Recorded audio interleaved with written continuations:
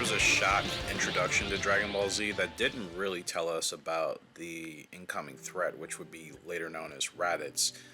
Dragon Ball Z doesn't open with an explosion. It opens really with that feeling that something is wrong, but there's still calmness. And I think that's what really draws you into Dragon Ball Z in the beginning. The world still looks familiar. The mountains are calm. Goku in the first episode, especially episode 1, is fishing with his son Gohan. Life feels obviously peaceful, and I've talked about this on this channel in recent weeks.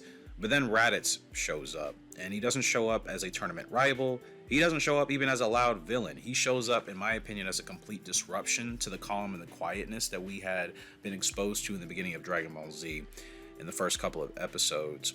And because Raditz doesn't just threaten the characters, I think he actually threatens the rules of what we knew in regards to Dragon Ball Z, how the world operated, that power is the only way you win out, and that there will not be anything else you have to worry about. And obviously this is not the truth or the case. And I think it's the moment that Dragon Ball Z quietly tells you that when Raditz arrives, the old power scaling that you would have been exposed to in the original Dragon Ball anime series, right, before we get to Dragon Ball Z, I think it tells you power scaling is going to change and it will no longer be the same. Raditz did not fight the hero of this show as we would expect traditionally. He actually erased the power scaling from his introduction. And I think Raditz works as the first villain for the series, not just because he's obviously strong, but because his strength and power is not really relevant to anything in Dragon Ball Z in the beginning. We don't have anything to really judge how strong Raditz is because, again, he's the first antagonist introduced. So up to this point, the original Dragon Ball trained us to believe the following things: that 1, Goku is an elite fighter and will never come across anybody that's stronger than him. 2, Piccolo is dangerous, and we know that. And number 3, when these fighters fight, the earth obviously shakes pretty violently and things happen on the planet. But when Raditz arrives, I would say he dismantles all of those known things that we had of prior knowledge in the original Dragon Ball. Raditz destroys, dismantles all of it, really without effort, because 1, Goku cannot touch him. We saw that. 2, Piccolo could not hurt him. Raditz wasn't even worried about Piccolo when he first arrived. It was so funny because Piccolo's ego and arrogance was always seen on display, and the second Raditz pulls up, he's just like, you're not who I'm here for. Where's that other power level at? It was like, oh, okay, Piccolo's not going to be the villain. That's when it really hit me, because Raditz basically looked him up and down and scoffed and said, okay, where's the real fighter? And that's crazy to think when you're saying that to Piccolo. So again, techniques aren't going to do anything, with the exception of Piccolo's special beam cannon, which I would consider that an ultimate move technique that helped to eliminate Raditz. Prior to that, nothing was going to work. And again, there's not really a gradual escalation that you would traditionally feel in regards to when Raditz shows up and then before the fighting starts. It's like, what, 2 episodes, if that, 2 or 3 episodes tops before Raditz is fighting Goku and Piccolo. And granted, that fight doesn't last but what, 1.5 episodes. So I think that narrative shock worked well for Raditz being introduced as our first antagonist. I don't think it would have worked for any other villain or character. Now, I would say why Raditz and his introduction in the beginning of Dragon Ball Z felt different as a viewer. I think it depends on how you experienced the show from the beginning. You were watching your heroes that you trusted fight and accomplish great things until they failed. And in Dragon Ball Z, we learned that there's no legitimate clever work around these failures in the beginning of the series. They obviously kind of retcon and, just do whatever as we roll on to Namek and after that. But in the beginning, there are no hidden techniques we know about. Like Piccolo's special beam cannon, you can call that a hidden technique, quote unquote, if you want to. I'm ignoring that. There's no friendship boost that helps necessarily in them beating Raditz. Goku and Piccolo were not friends at this time. They were 2 rivals that had to work together to defeat a bigger adversary. There's no last second turnaround. And it's crazy because you never really thought Goku and Piccolo were going to team up prior to them doing that for Raditz. And the crazy thing is, them teaming up was still not enough to make a difference. So the Goku and Piccolo alliance alone tells you how serious Raditz is as your first villain and antagonist in the show. Because when rivals stop fighting each other to survive, the story then officially changes genres, and Raditz forces Dragon Ball out of that, and I'm saying the original Dragon Ball, he forces that environment, that aspect, the adventure, the good parts of it. He really forces you to start looking at Dragon Ball differently and understand that, oh, this might actually come down to survival and not just be about adventure and Goku just getting stronger and that's it. And obviously that is more or less what Dragon Ball Z ended up becoming. Now, moving further into this conversation, Raditz being Goku's brother isn't really framed as a heartfelt thing, I would say, once we're introduced to it. It's more destabilizing than anything. Destabilization. Because it's cold, it's clinical, and really it's almost dismissive from Raditz's perspective in regards to not really caring about Kakarot, aka Goku, being his brother. And that's clearly intentional. Raditz doesn't come to Earth to reconnect with his brother. He arrived to redefine Goku and to remind Goku of his mission, quote unquote, which was essentially to wipe Earth of all the weak and life forms.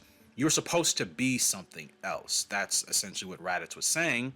And that line does damage, not just to Goku, but I would say if you're someone that was watching Dragon Ball, the original Dragon Ball, and maybe Goku wasn't your favorite character. Maybe you like someone else and you thought Goku is great for the protagonist, but it is what it is. Well, Raditz saying that you were supposed to be something when Goku is like, I don't know who you are, I don't know what a Saiyan is, I don't know what you're talking about.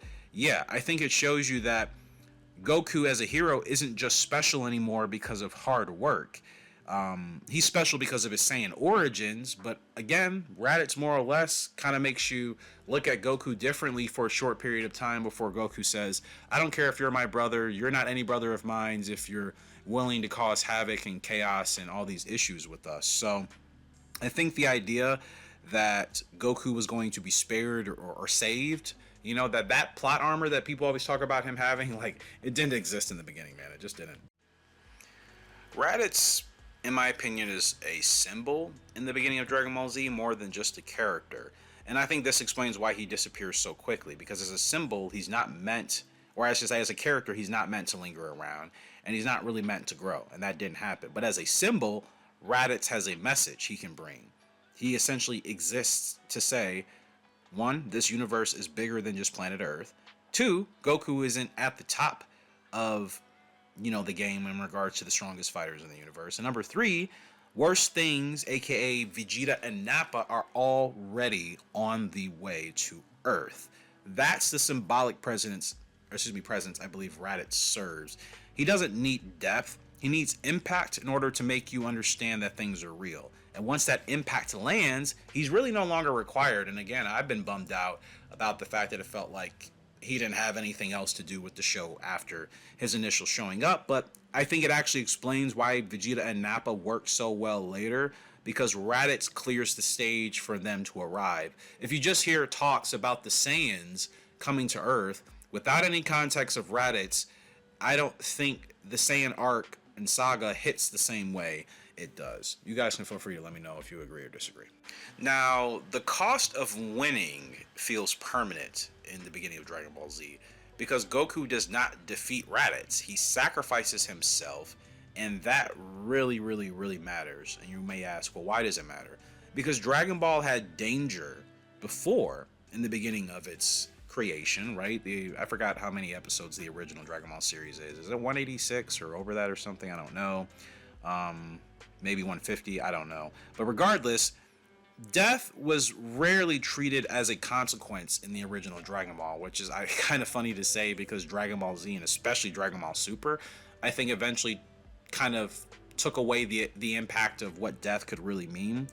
But I think it sticks with Raditz because their victory feels hollow, right? You don't feel like Earth is protected forever and there will never... the Saiyans, Vegeta and Nappa, are still arriving in a year. So even Raditz's victory for Goku and Piccolo and the Z Fighters feels extremely hollow. I would say that victory, when I watched it for the first time, felt more like a loss than a win, because Goku still ended up dying and you didn't know if he was coming back, right? And I think that was even worse and showed you that there is a true cost to winning, and that Raditz wasn't even the biggest threat that they had to worry about, because again, Vegeta and Nappa are on the way. Raditz essentially is the scout, you know what I mean? And I think this had to happen in the beginning of Dragon Ball Z because Raditz works on these three things as a symbol more than a character. Again, I mentioned he destroyed the old power scaling, he reframes Goku's identity for us as a viewer, and he introduces a universe that doesn't necessarily care about what the heck happens to planet Earth. And Raditz does that fast because there's no build up to him arriving, there's no warning to him arriving, and he shows no mercy as he arrives as well. And I think that's why Dragon Ball Z couldn't start the series any other way. Anything softer would have, I think, lied to us as an audience because we would have been like, at the sign of the first physical violent confrontation, we would have been like, oh, well, this is not what I thought it was going to be. But Raditz essentially tells you the truth immediately, that you will not be ready for what's coming because, again, there's no warning, there's no mercy, there's no build up, there's no, oh, hey, Raditz is coming to Earth. He just, you know what I mean? He just arrived. So I think that's really important to look at. And an ending, I think the rules were set there by Raditz's presence in the first couple of episodes of Dragon Ball Z. Because finally, by the time he's gone, he's been defeated by Piccolo and Goku, the rules are then locked in. Training matters differently now than it ever did in the original Dragon Ball. The strength gaps do matter in order for our heroes to try to make it out alive. And most importantly, like we saw with Son Goku here and helping to defeat Raditz, sacrifice does matter in Dragon Ball. Sometimes it seems to go underused, or I should say underutilized, and kind of for nothing. Like Vegeta's sacrifice when he was Majin Vegeta to defeat Buu, and then Buu just ended up, regenerating anyways, right? It's like that context of looking at it may put you in a different conversation as far as, well, his sacrifice mattered because it's still, in my opinion, bought the group time, and he ended up coming back anyways, right? So villains like Boo, Frieza, whomever, I think they become inevitabilities in the series because of Raditz's introduction, and they're not seen as just obstacles. They're seen as, you have to go through Frieza, you have to go through the androids, you have to go through Cell, you have to go through Majin Buu, you know what I mean? Raditz didn't necessarily feel the same way, but he set that up, and I think we all remember him for this, and not because Raditz was necessarily a great villain or a great character. Raditz set the tone and the tempo and the pace to say Dragon Ball can never go back really to what it originally was, because this symbol, this character now dismantles what the original power scaling and stabilization meant and what it was about. And I think that's why no one other than Raditz was the perfect opening villain for Dragon Ball Z. That's just my thoughts and my research. You guys feel free to let me know yours and maybe some points I didn't think about in the comments section below. As always, appreciate you guys for love and support on the channel. Make sure to smash that like button. It does help out a lot. And subscribe to this channel if you like these type of discussion content videos. I'll continue to roll these out. Hitting the like button and subscribing sends the right signals that I can continue to do this content for you guys. So until next time, as always, stay in the fight, stay strong, stay tough. I'm there with you all the way, brother. I'll see you until next one. Goodbye.